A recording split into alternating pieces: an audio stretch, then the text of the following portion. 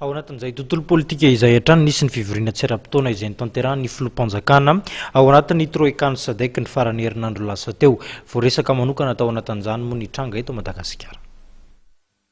Nanao antsoavo ho an'ny voamera amin'sana amin'ny fifidianana na ny senito ny filakevitra amin'sana amin'ny politika amin'ny filaminana ary fandriampahalemana eo anivon'ny Sadc ny sabotsy lasa teo tao anaty fivoriana tsy ara-potoana.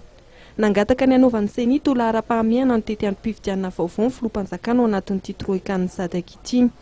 Anisan'ny nanao antsoavo andriamatoa Troika filohan'ny Tanzania, andriamatoa Jacob Zuma filohan'ny Afrikanina Tatsimo, andriamatoa Netombonandi Ndaitoa ministra amin'sanandra rambahiny Namibia, ary andriamatoa Armando Emilio Gebuza filohan'ny Mozambika izay sady filohan'ny Sadc am-perinasa.